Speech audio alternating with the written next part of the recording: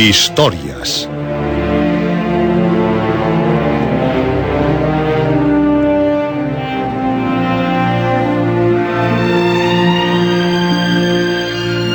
Historias de terror, de aventuras, de suspense, de ciencia ficción.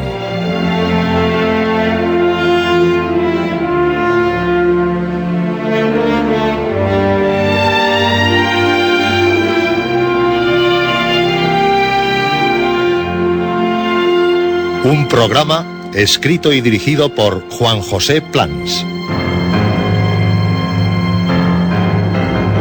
Esta noche, viaje al centro de la Tierra. Sexta parte.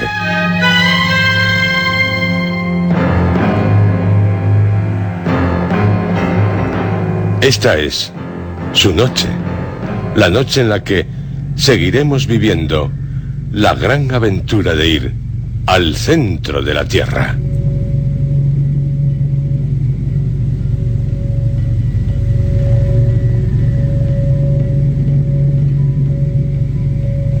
Esto es lo que ya ocurrió en los 35 primeros capítulos de Viaje al centro de la Tierra, de Julio Verne, ofrecidos en nuestros 5 anteriores programas. Otto Lidenbrock, geólogo alemán que goza de un gran prestigio internacional, encuentra en una librería un tesoro inestimable, el Heims Kringla de Turleson. De entre las páginas del manuscrito, en caracteres rúnicos, se escurre un pergamino cuyo contenido intenta desvelar. Será su sobrino Axel, que vive con él, así como su ahijada Grauben, quien casualmente lo logre. Su autor, Saknussen, se refiere en el manuscrito a un viaje al centro de la Tierra. Viaje que el profesor decide emprender, acompañado por Axel, trasladándose ambos a Islandia, donde tiene que descubrir el volcán del Sneffels, que la sombra del Scartaris acaricia antes de las calendas de julio. Una vez logrado, descienden hacia el centro del globo. En una bifurcación se equivocan de galería, teniendo que regresar para tomar otra, ya apenas sin agua. Por la nueva galería, acabarán encontrando agua tras horadar una roca. Siguen el descenso de un arroyo, pero Axel, tomando un camino equivocado, se pierde. Tras juntarse con sus compañeros cayendo por una galería vertical a una gruta, deciden navegar por un mar interior. Asistirán atónitos al combate entre dos monstruos marinos, y una tempestad pone en peligro sus vidas. Pero, según el diario de a bordo de Axel, parece oírse el mar rompiendo contra las rocas.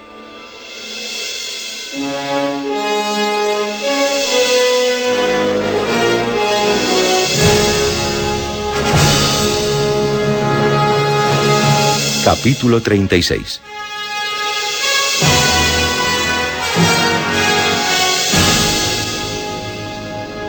Así termina mi diario de a bordo que logré salvar del naufragio. No podría explicar lo que pasó al chocar la balsa con las rocas de la por otra parte deseada costa. Me sentí lanzado hacia las aguas, y si escapé de la muerte, si mi cuerpo no se destrozó sobre las agudas rocas, fue porque los vigorosos brazos de Hans me sacaron del abismo. Nuestro guía me dejó sobre una arena caliente al lado de mi tío, y se dedicó a salvar lo que pudiera del naufragio. Seguía lloviendo, pero con la violencia que suele anunciar el fin de las tormentas. Nos refugiamos bajo unas rocas superpuestas y caímos en un pesado sueño. Llevábamos 3 noches en vela. Al día siguiente el tiempo era espléndido. El mar y el cielo se habían calmado. Al despertar, mi tío, radiante de júbilo, me saludó satisfecho. ¿Has dormido bien, Axel? Sí, aunque estoy un poco cansado. Me parece que está muy alegre hoy. Encantado. Hemos llegado a este mar que nunca se acababa. Ahora vamos a viajar de nuevo por tierra y a hundirnos en las entrañas del globo. ¿Y el regreso? ¿Cómo piensas en volver cuando aún no hemos llegado? Bueno, solo quiero saber cómo lo haremos. Llegado al centro, o bien encontramos un nuevo camino para volver a la superficie, o bien regresamos por el que ya conocemos. Bueno, habrá que reparar la balsa y las provisiones. Sí, habrá que reparar la balsa. Y respecto a las provisiones, Hans, mientras dormíamos, se ha encargado de recuperar del choque la mayoría de las provisiones. Un tipo extraordinario. Hemos perdido las armas, pero podemos pasar sin ellas. El caso es que tenemos víveres para 4 meses. Tío, ¿dónde estamos? Es difícil de calcular. Por los días de tempestad... La última observación la hicimos en el islote del Geyser. En el islote Axel. No renuncies al honor de haber dado tu nombre a la primera isla subterránea que pisamos. En el islote estábamos a 600 leguas de Islandia. Ya. Durante los 4 días de tempestad, la velocidad no fue inferior a 80 leguas por singladura. 300 leguas más. Por lo que el mar Lidenbrock tiene una extensión aproximada de 600 leguas. Estamos bajo el Mediterráneo. No podemos asegurarlo. Podemos estar bajo Turquía, en el Atlántico. Puede que nos desviásemos de dirección. Consultemos la brújula. Sí, tome. Bien, a ver. Pero, ¿qué significa? ¿Qué ocurre? La aguja marca el norte, donde debería marcar el mediodía. Señala hacia la playa y no al mar. El viento durante la tempestad giró sin que nos diéramos cuenta. Hemos vuelto a las costas que creíamos haber dejado atrás.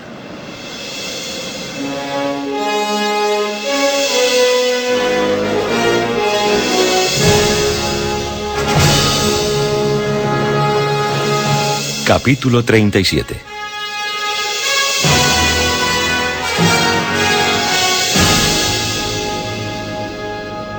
No es fácil describir las diversas reacciones de mi tío ante lo que señalaba la brújula. Pasmo, incredulidad después, finalmente cólera. Nunca había visto un hombre tan decepcionado y tan furioso después. Pero no tardó en calmarse. La fatalidad me gasta bromas crueles. Los elementos conspiran contra mí. Pues no cederé, no. Ya veremos quién puede más. Si la naturaleza o el hombre. Hay un límite para la ambición humana, tío. No se puede luchar contra lo imposible. Partiremos en cuanto Hans repare la balsa. Ni me oye. No partiríamos hasta el día siguiente. Mi tío quería inspeccionar la costa. Caminábamos pisando conchas de todos los tamaños y de todas las formas, de restos de animales de las primeras épocas. Aquella masa líquida debería perderse poco a poco en las entrañas de la tierra, procediendo de las aguas del océano que se abrieron paso a través de fisuras, entonces ya cerradas. Era posible que el agua se hubiera evaporado en gran parte al encontrarse con el fuego subterráneo.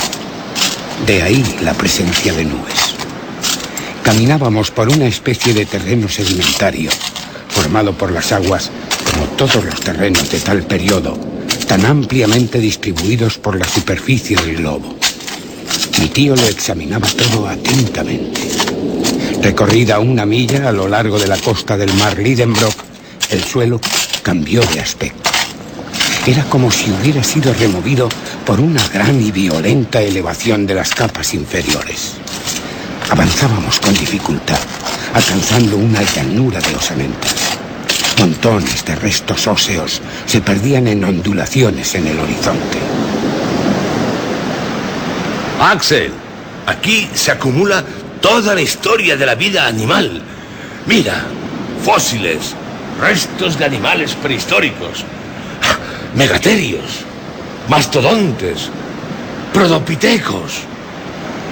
Y Axel, una cabeza humana. ¿Una cabeza? Sí, una cabeza humana.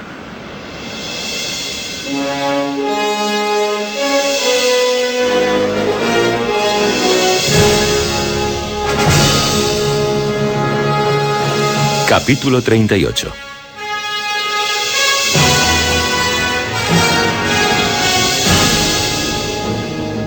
Poco antes de nuestro viaje hacia el centro de la Tierra, se había producido un acontecimiento paleontológico de gran importancia.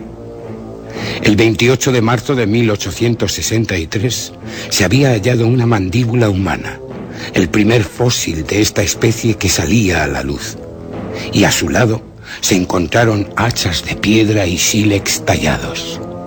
Después aparecerían en otras partes otras mandíbulas idénticas. Pero allí teníamos ante nosotros uno de los ejemplares del hombre cuaternario primitivo. Un cuerpo humano perfectamente reconocible. Conservaba aún atributos que generalmente se pierden pronto: piel tensa y apergaminada, miembros aún flácidos, dientes intactos, cabellera abundante, uñas de un tamaño tremendo, tanto en las manos como en los pies. Me produjo tal impresión que me quedé sin habla. Levantamos el cadáver. De pie nos miraba con sus órbitas vacías. El profesor Otto Lidenbrock, adoptando un tono solemne, se dirigió a un auditorio inexistente tras palpar el torso sonoro del cadáver. Señores, tengo el honor de presentarles a un hombre de la época cuaternaria. Grandes investigadores han negado su existencia, en oposición a otros no menos ilustres. De estar aquí, los Santo Tomás de la paleontología podrían tocarlo con el dedo y se verían forzados a reconocer su error. La ciencia debe ponerse en guardia contra los descubrimientos de este género. No ignoro la explotación que han hecho ciertos charlatanes de los hombres fósiles, pero aquí la duda sería una injuria a la ciencia. El cadáver está presente. Pueden ustedes verlo, tocarlo. No es un esqueleto, es un cuerpo intacto, conservado con una finalidad estrictamente antropológica. Si pudiese lavarlo en una solución de ácido sulfúrico, haría desaparecer todas las partes terrosas y esas conchillas resplandecientes incrustadas en él. Pero no poseo el precioso disolvente. Sin embargo, este cadáver, tal como lo ven ahora, nos relatará su historia. Como pueden ver, no tiene 6 pies de estatura, por lo que nos encontramos a gran distancia de los pretendidos gigantes que decían haber en otros tiempos. En cuanto a la raza, es caucásica. El cráneo es regularmente ovoide, sin un desarrollo excesivo de los pómulos, ni un avance exagerado de la mandíbula. No presenta ninguna señal de prognatismo que modifica el ángulo facial. Medid el ángulo y resultará de 90 grados. No sonrían, señores, no. Se trata de un hombre contemporáneo de los mastodontes. No sé cómo pudo llegar hasta aquí. En la época cuaternaria tenían lugar aún trastornos considerables en la corteza terrestre. Se produjeron grietas, fallas. Es posible que por alguna. Pero el hecho cierto es que está aquí, rodeado de obras hechas con sus propias manos, hachas, sílices tallados. A no ser que haya venido como yo, de excursionista, no cabe pensar en poner en duda la autenticidad de su antiguo origen. Le aplaudí calurosamente. Mi tío tenía razón. Y además, aquel cuerpo no era el único. A cada paso encontrábamos otros. Un asombroso espectáculo el de esas generaciones de hombres y animales confundidos en tan vasto cementerio. Se nos planteaba una grave cuestión que no sabíamos resolver. Aquellos seres animados se habían precipitado por una convulsión del suelo hacia las orillas del mar Lidenbrock, o por el contrario, habían vivido en el mundo subterráneo, bajo aquel cielo falso, naciendo y muriendo en él como los habitantes de la tierra en la superficie. ¿Andaría errante aún por aquellas playas inhóspitas algún hombre de los abismos?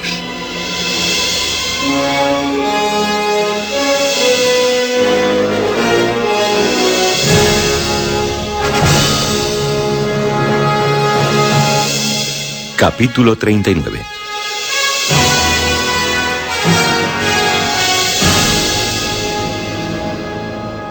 Durante media hora seguimos hollando aquellas capas de huesos. Avanzábamos estimulados por una ardiente curiosidad. ¿Qué otras maravillas nos aguardaban? Mis ojos se hallaban preparados para cualquier sorpresa. Las orillas del mar habían desaparecido hacía largo rato tras las colinas del Osario. Mi imprudente tío, sin temor a extraviarse, me arrastraba cada vez más lejos.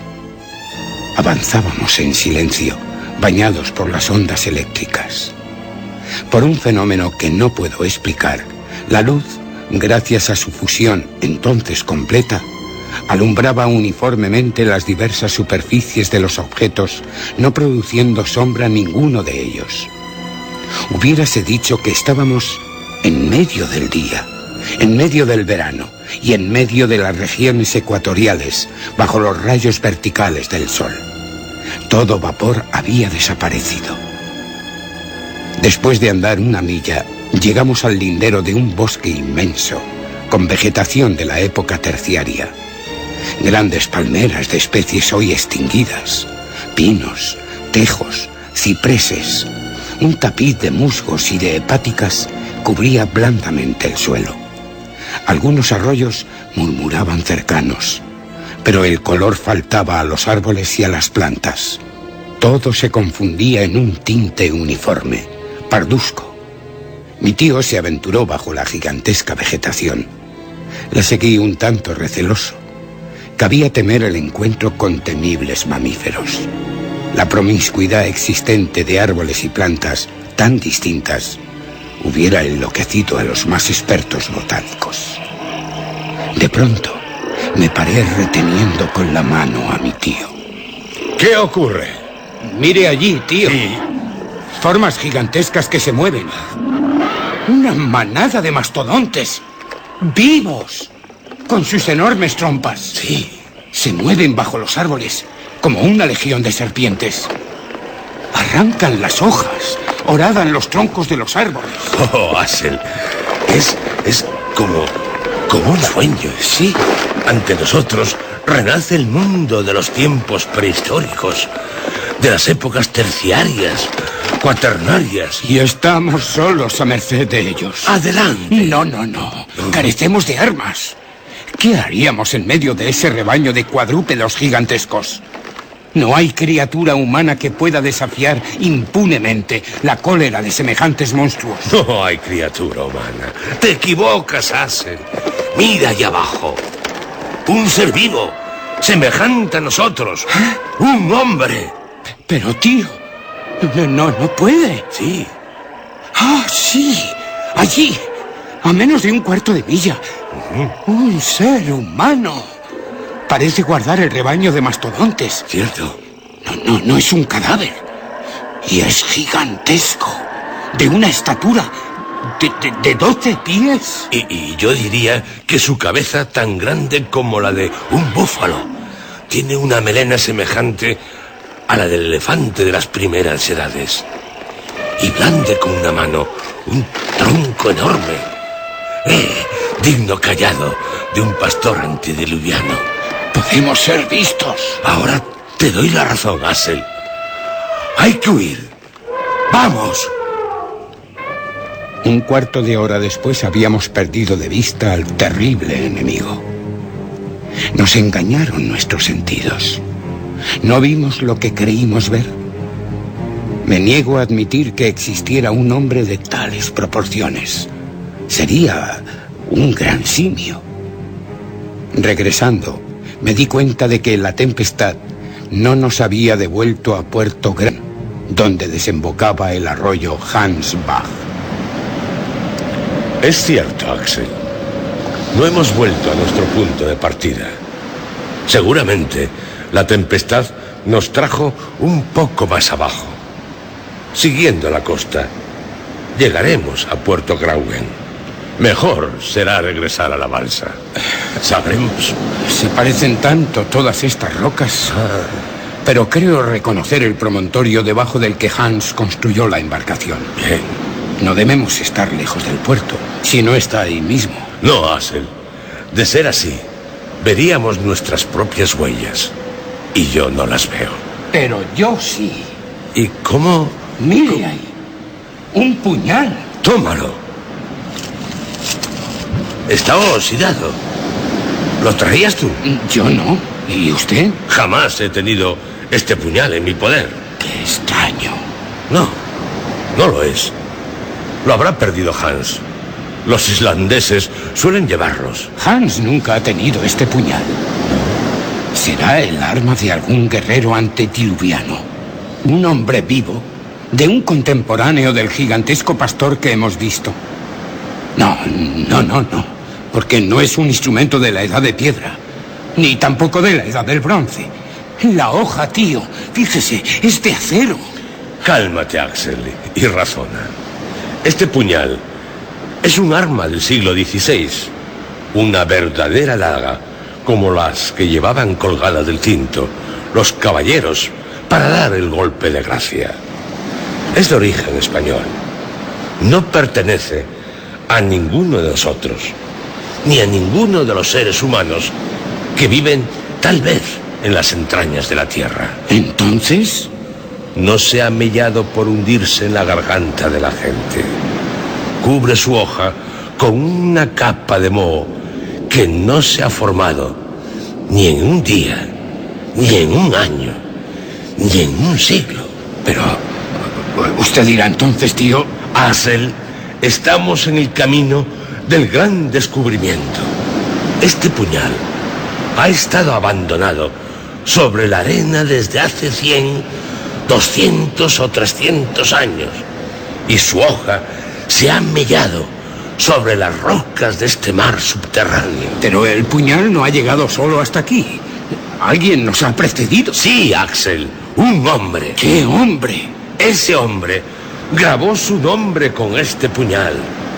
Quiso con su propia mano trazar el camino del centro. Busquemos, Axel. ¿Buscar qué? No es momento de pensar, y sí de buscar. ¡Vamos! Impulsados por el más vivo interés, recorrimos la escollera, deteniéndonos hasta en las más insignificantes hendiduras de la alta muralla, susceptibles de ser principio de una galería. Llegamos así a un lugar en el que se estrechaba la costa.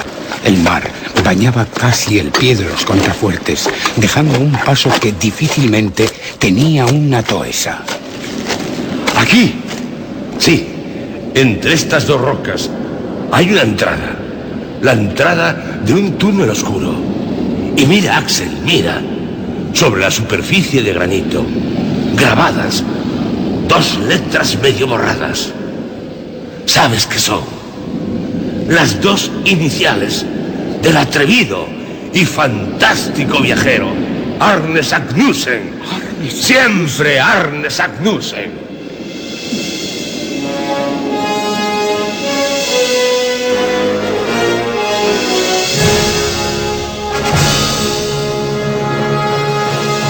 Capítulo 40.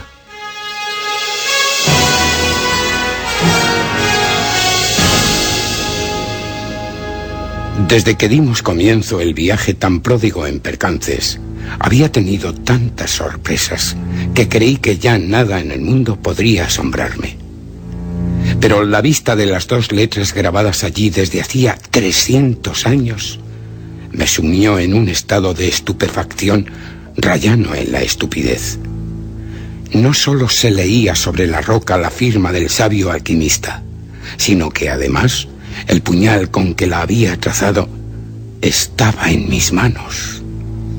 No podía seguir dudando de la existencia del viajero y de la realidad de su viaje, a no ser que me dejara llevar por una notable mala fe. ¡Ah! El genio maravilloso. ¡Oh, tú, Arne Sagnussen! No te has olvidado de nada que pudiera abrir a otros mortales los caminos de la corteza terrestre. Grabando tu firma, podemos hallar las huellas que dejaron tus pasos en estos subterráneos hace 3 siglos. Quisiste compartir con otras miradas la contemplación de estas maravillas. Tu nombre, grabado de etapa en etapa, conduce en derechura a su meta el viajero dotado de intrepidez suficiente para seguirte. Y, seguro, en el centro mismo de nuestro globo estará también tu nombre, escrito por tu propia mano. Yo también iré a firmar en esa última página de granito. Y este cabo, visto por ti, junto a este mar, también por ti descubierto, sea para siempre llamado el Cabo Sagnussen. No cabe duda de que mi tío me está contagiando su entusiasmo. Un fuego interior se aviva en mi pecho. Olvido todos los peligros pasados y los que pueda haber en el retorno. Lo que otro hizo, quiero hacerlo yo también. Nada que sea humano me parece imposible. Tío, adentrémonos en esta oscura galería. ¡Adelante! Axel, paciencia y sangre fría. Primero, nos reuniremos con Hans. Y traigamos la balsa a este lugar. De acuerdo, pero me consume la impaciencia. Ya era hora de que te consumiera. Sabe, tío, que hasta ahora las circunstancias nos han favorecido singularmente. ¿Así lo crees, Axel? Sin duda. Incluso la tempestad nos ha traído al verdadero camino. Ya. Bendita tempestad que nos ha devuelto a estas costas. Suponga que hubiésemos tocado con la proa de la balsa, es una forma de hablar, las orillas meridionales del mar Lidenbrock. ¿Qué hubiera ocurrido? El nombre de Sagnussen no habría aparecido ante nosotros y ahora estaríamos abandonados en alguna playa sin salida. Sí, Axel. Hay algo de providencial en esto de que, bogando hacia el sur, hayamos llegado precisamente al norte y al Cabo Sagnussen. Confieso que es un hecho asombroso y que no puedo explicar en absoluto. Bueno, ¿y qué importa? Ni hay por qué explicar los hechos, sino aprovecharlos. Sin duda, Axel, pero... Ahora vamos a reemprender el camino del norte, a pasar bajo las regiones septentrionales de Europa. Suecia, Siberia, quién sabe. En lugar de hundirnos bajo los desiertos de África o las olas del océano, de las que no quiero saber nada más. Sí, Axel, sí. Tienes razón. Todo ha sido para bien, porque abandonamos este mar horizontal que no puede conducirnos a nada. Ahora descenderemos más y más. ¿Sabes que para llegar al centro del globo no nos quedan más que 1500 leguas? No vale la pena hablar de esa insignificancia. ¡En marcha, tío! ¡Oh, sí! ¡En marcha! Hans ya lo tenía todo preparado. Subimos a la balsa en cuanto nos reunimos con el guía y pusimos rumbo al Cabo Sagnussen, siguiendo la costa. El viento no era favorable y en muchos lugares tuvimos que avanzar con la ayuda de los bastones herrados. A menudo, los escollos, situados a flor de agua, nos obligaban a dar grandes rodeos. Por fin, después de 3 horas de navegación, arribamos a un lugar propicio para el desembarco.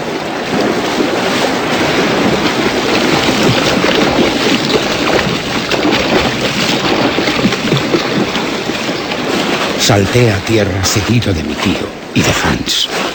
La travesía no había disminuido mi entusiasmo. Al contrario, propuse quemar nuestras naves para cortar una retirada. Mi tío se opuso a ello. Me pareció extrañamente prudente. No hay razón para quemar, como tú dices, la balsa, Axel. Al menos partamos sin perder un momento. Sí, pero antes examinemos esta nueva galería para saber si tendremos que preparar las escalas. Dejamos la balsa amarrada a la orilla a unos 20 pasos de la abertura de la galería hacia la que nos dirigimos de inmediato. La abertura, que era casi circular, tenía un diámetro de 5 pies aproximadamente. El sombrío túnel estaba abierto en la roca viva y cuidadosamente aislado por las materias eruptivas a las que había dado paso en otro tiempo. Su parte inferior se hallaba al nivel del suelo, de tal suerte que podía penetrarse en él sin ninguna dificultad. Caminamos por un plano casi horizontal, pero no habíamos andado más de 6 pasos cuando nuestra marcha se vio interrumpida por la interposición de una enorme roca. ¡Maldita sea! Sí, pero busquemos a Axel. Sagnussen tuvo que ir por este túnel. Por mucho que buscamos a la izquierda y derecha, arriba y abajo, no existía ningún paso, ninguna bifurcación. Experimenté una viva contrariedad y no quería admitir la realidad del obstáculo. Me agaché, miré por debajo del bloque. Ningún intersticio. Y por encima lo mismo. Hans recorrió con la luz de la lámpara todos los puntos de la pared, pero esta no ofrecía solución de continuidad. Había que renunciar a toda esperanza de pasar. Me senté en el suelo en tanto que mi tío recorría a grandes pasos aquel túnel de granito. Extraño. Sí, extraño. Pero ¿y Sagnussen? Me pregunto, Axel, si él también se vio detenido por esta roca. Ah, ya. Este bloque ha debido cerrar el paso a consecuencia de una sacudida cualquiera, o de uno de los fenómenos magnéticos que agitan la corteza terrestre. Han debido pasar muchos años entre el retorno de Sagnussen y la caída de la muralla. Es notorio que esta galería ha sido en otro tiempo el camino seguido por las lavas, y que en aquel entonces las materias eruptivas circulaban libremente. Mire, tío. Sí. Hay fisuras recientes que surcan el techo de granito. Está hecho de trozos agregados, de piedras enormes, como si la mano de un gigante hubiera trabajado en esta construcción. Sí, cierto. Un día el empuje eruptivo debió ser más fuerte y esa roca cayó al suelo obstruyendo el paso. Se trata de un obstáculo accidental que no halló Sagnussen cuando pasó por este túnel. Si no lo derribamos es que somos indignos de llegar al centro del mundo. También tú eres sorprendente. Así hablaba yo. El alma del profesor había penetrado enteramente en mí. Me inspiraba el genio de los descubrimientos. Olvidaba el pasado, desdeñaba el porvenir. Ya nada existía para mí en la superficie de la tierra en cuyo seno me había hundido. Ni las ciudades, ni los campos, ni Hamburgo, ni la calle Königstrasse, ni mi querida Grauben, que debía considerarme perdido para siempre en las entrañas del globo. Pues bien, Axel, a golpe de piqueta, a golpes de azadón, abramos el camino. Derribemos esta muralla. Con el pico, no sé, demasiado dura como para que con los picos podamos abrir. Pues la piqueta. Pongamos barrenos y hagamos saltar el obstáculo. Pólvora. No se trata más que de romper una roca. Manos a la obra, Hans. Hans se fue a la balsa y regresó con un pico para preparar un barreno. No era poco trabajo. Había que hacer un agujero lo suficientemente grande para alojar en él 50 libras de algodón pólvora, cuya potencia expansiva es 4 veces mayor que la de la pólvora de cañón. Me encontraba en un estado de sobreexcitación inaguantable. Mientras Hans trabajaba, yo ayudaba a mi tío en la preparación de una larga mecha hecha de pólvora mojada y encerrada en una tripa de tela. Tanto él como yo no nos cansábamos de decir entusiásticamente que venceríamos el obstáculo. A medianoche quedó completamente terminado nuestro trabajo. La carga de algodón pólvora se encontraba hundida en el agujero y la mecha, extendiéndose por la galería, desembocaba al exterior. Bastaba una sola chispa para activar la carga. Mi tío dijo que se haría por la mañana y tuve que resignarme a esperar 6 horas más.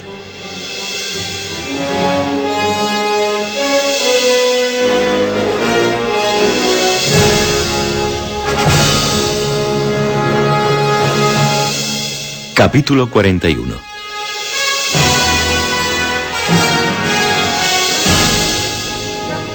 El día siguiente, jueves 27 de agosto, fue una de las más célebres fechas de nuestro viaje subterráneo. Todavía no puede acudir a mi memoria sin que el espanto haga latir violentamente mi corazón. Desde aquel momento, ni nuestra razón, ni nuestro juicio, ni nuestro ingenio tienen voz ni voto en los acontecimientos, y nos convertimos en inconscientes juguetes de los fenómenos de la Tierra. A las 6 estábamos de pie. Se aproximaba el momento de abrirnos paso con la pólvora a través de la barrera de granito. Solicité el honor de prender fuego a la mecha. Hecho esto, tenía que reunirme con mis compañeros en la balsa. Luego nos adentraríamos en el mar con el fin de evitar los peligros de la explosión, cuyos efectos podían muy bien no concentrarse en el interior de la galería. Según nuestros cálculos, la mecha debía arder por espacio de 10 minutos antes de inflamar la pólvora del barreno, dejándome por consiguiente el tiempo necesario, justo, para volver a la balsa. Me preparé, no sin cierta emoción, a desempeñar mi papel. Tras un rápido almuerzo se embarcaron mi tío y Hans, quedándome yo en la orilla, provisto de un farol encendido que debía servirme para prender fuego a la mecha. Axel, ve ahora y vuelve de inmediato. No tema, tío, no me entretendré en el camino. Me dirigí al túnel. Abrí el farol y cogí la extremidad de la mecha. El profesor consultaba su cronómetro. ¿Preparado? ¡Preparado! Bien. ¡Fuego, Axel!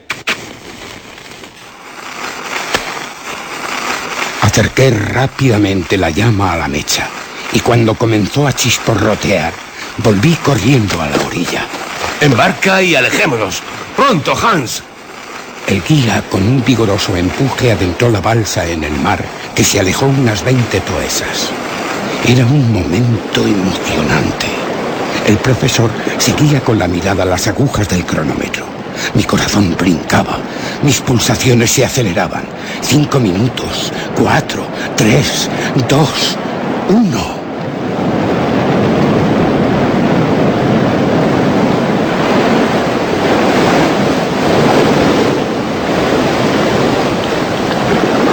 ¿Qué sucedió entonces? Me parece que no oí el ruido de la detonación, pero la forma de las rocas se modificó en pocos segundos. Fue como si se descorriera un telón. Vi cómo las orillas se convertían en un abismo insondable. El mar, como presa de un vértigo horrible, se convirtió en una ola gigantesca, sobre la que se levantó la balsa casi perpendicularmente. Los tres nos desplomamos. En menos de un segundo reinaron las más profundas tinieblas. Sentí luego la falta de una base de apoyo, no a mis pies, sino a la balsa. Creí que naufragaba, pero no. La balsa no se iba a pique. Hubiera deseado dirigir la palabra a mi tío, pero me lo impedía el bramido de las olas. A pesar de las tinieblas, el ruido, la sorpresa, la emoción, comprendí lo que había ocurrido. Al otro lado de la roca, que había volado, había un abismo. La explosión había provocado una especie de conmoción sísmica en aquel terreno agrietado. El abismo se había abierto y el mar, convertido en torrente, nos arrastraba hacia él. Me sentí perdido.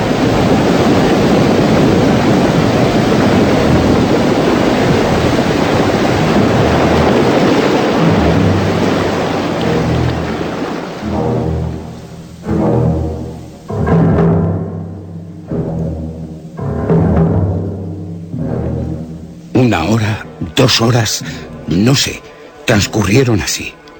Nos cogíamos por los brazos, nos asíamos fuertemente de las manos, a fin de no ser despedidos de la balsa. Se produjeron choques de extremada violencia cada vez que tropezaba con las paredes.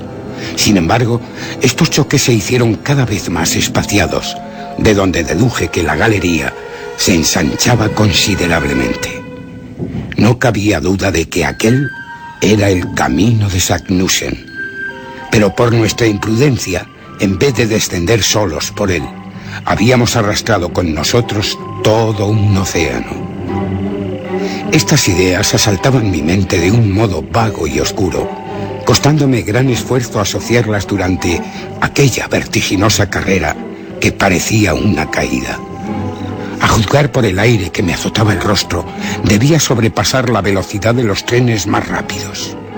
Encender una antorcha en esas condiciones era imposible, y nuestro último aparato eléctrico había roto en el momento de la explosión. De pronto, quedé sorprendido al ver brillar una luz cerca de mí. Iluminó el rostro tranquilo de Hans. El cazador, no sé cómo, había logrado encender el farol. Aunque la llama vacilaba amenazando a apagarse, pudimos ver algo en aquella espantosa oscuridad. La galería era ancha. La deficiente luz no nos permitía ver las dos paredes al mismo tiempo. La pendiente de las aguas que nos arrastraba excedía a los más insuperables rápidos de América. Su superficie parecía formada por un haz de flechas líquidas lanzadas con gran violencia. La balsa se deslizaba rápida, a veces dando vueltas como un trompo, al impulso de ciertos remolinos. Cuando se aproximaba a las paredes de la galería, la luz del farol permitía ver los salientes de las rocas que trazaban líneas continuas, de suerte que nos encontrábamos, al parecer, aprisionados en una red de líneas movedizas. Mi tío y yo nos mirábamos con desasosiego, agarrados al trozo de mástil que quedaba, pues en el momento de la explosión se había roto en dos pedazos. Íbamos con la espalda vuelta al aire, para que no nos asfixiase la velocidad, que calculo sería de 30 leguas por hora.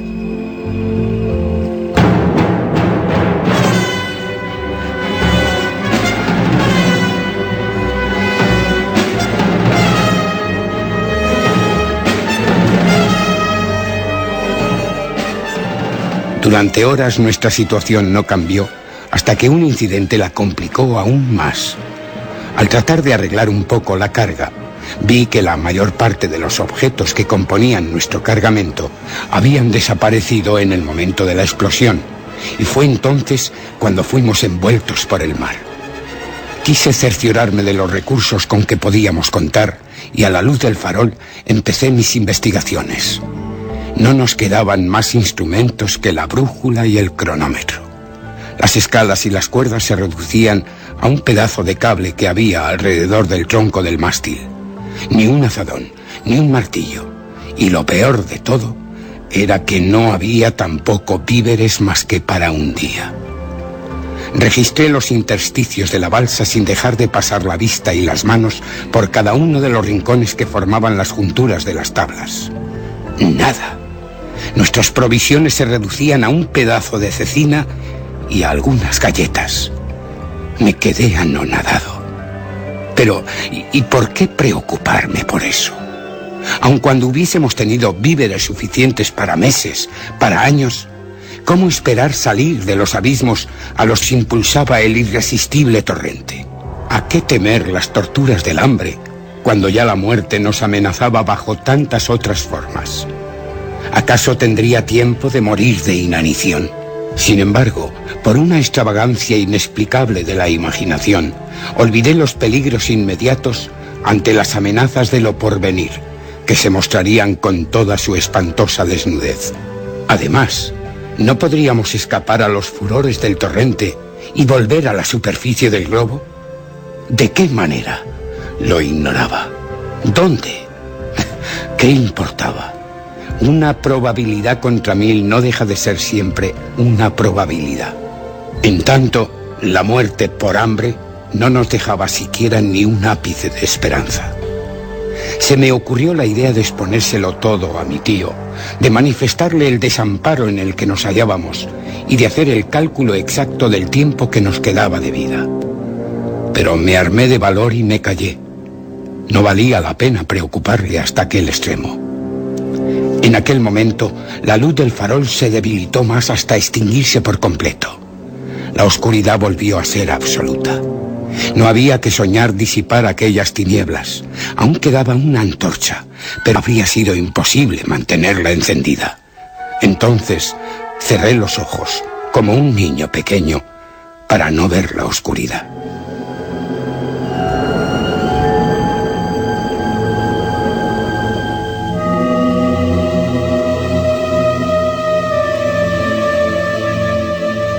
Después de un tiempo bastante largo, se redobló la velocidad. La mayor violencia con que me azotaba el rostro me lo hizo notar. La inclinación de las aguas se hacía excesiva. Creo que verdaderamente caíamos en vez de deslizarnos. La sensación que tenía era la de una caída, sí, y en vertical. Las manos de mi tío y las de Hans, fuertemente agarradas a mis brazos, me retenían vigorosamente.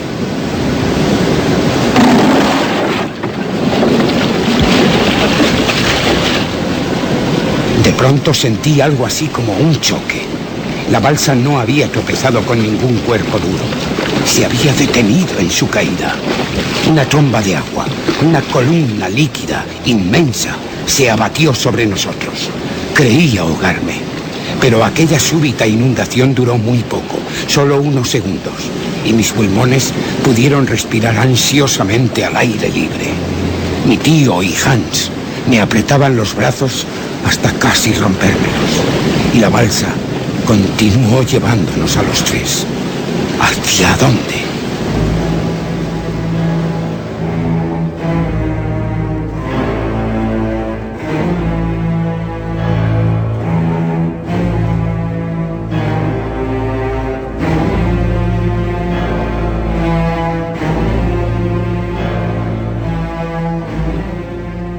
En nuestro próximo programa, el final de Viaje al centro de la Tierra.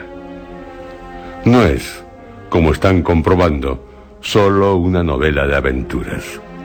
Julio Verne, en ella, entre otras cosas, hace que sus personajes vayan en busca de la verdad.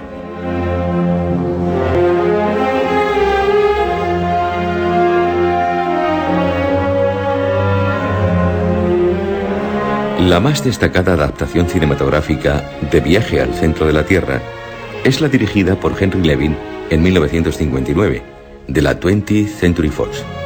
El guión de Walter Rees y Charles Brackett, que también era productor, con música de Bernard Herrmann y fotografía de Leo Tauber. Sus intérpretes: Pat Boone, James Mason, Arlene Dahl, Diana Baker, Thayer David, Peter Ronson. En la película se introduce un personaje femenino, Carla, que no solo irá también al centro de la Tierra, sino que también enamorará al profesor Lidenbrock. También debemos recordar la versión del realizador español Segundo de Chomón, de 1908, para la productora Pathé Frères, la primera cinta en inspirarse en la novela de Julio Verne. Otra humilde, por sus limitaciones presupuestarias, pero digna adaptación, es la de Juan Piquer Simón, de 1977. Los paisajes canarios contribuyeron a su espectacularidad. El guión de Carlos Puerto, John Melson y el propio director. La música de Juan José Caffi. La fotografía de Andrés Berenguer. Sus principales intérpretes: Kenneth Moore, Pez Mounet, Yvonne Sentís y Jack Taylor, con la participación, por aquellos años inevitable, de Jorge Rigot.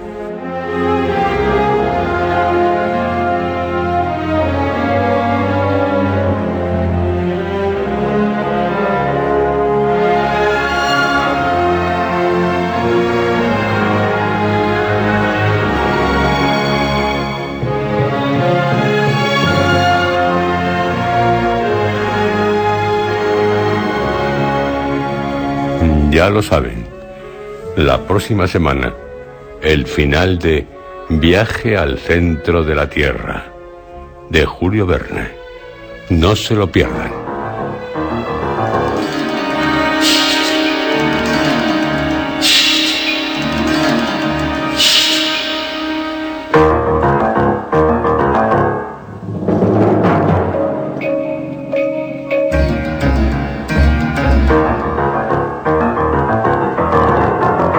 Han escuchado ustedes dentro de la serie Historias.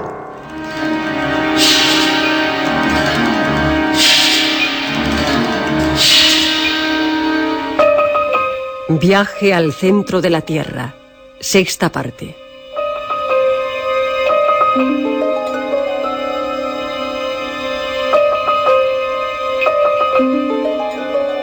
Este capítulo ha sido interpretado por Juan José Plans, José Antonio Ramírez y Roberto Cruz.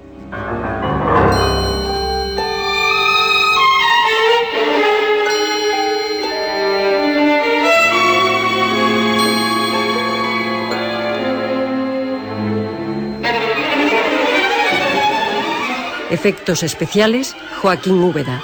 Realización técnica, Armando Multedo y Adolfo Abarca. Dirección, Juan José Plans.